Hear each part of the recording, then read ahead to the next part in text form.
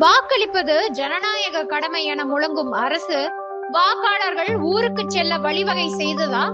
தேர்தல் நாளில் வாக்களிக்க செல்லும் பொதுமக்களை கண்ணீர் விட வைத்திருக்கிறது நிர்வாக சீர்கேடு. விடிய விடிய காத்திருந்தும் பேருந்துகள் இன்றி கையில் கை குழந்தைகளுடன் மக்கள் நடுத்தெருவில் நிற்கும் அவலம் அரங்கேறியுள்ளது. சிறப்பு பேருந்துகள் இயக்கப்படுவதாக அரசு அறிவித்தாலும் கள யதார்த்தமோ வேறாக உள்ளது. தனியார் வாகனங்கள் தேர்தல் கூட்டத்தை பயன்படுத்தி அநியாய கட்டணம் வசூலிப்பதை கட்டுப்படுத்த வேண்டிய அதிகாரிகள் எங்கே போனார்கள்? எங்களிடம் ஓட்டு கேட்க மட்டும் வரும் ஆட்சியாளர்கள் நாங்கள் ஓட்டு போட செல்ல ஏன் வழிவகை செய்யவில்லை என மக்கள் எழுப்பும் கேள்விக்கு அரசிடம் பதில் இருக்கிறதா?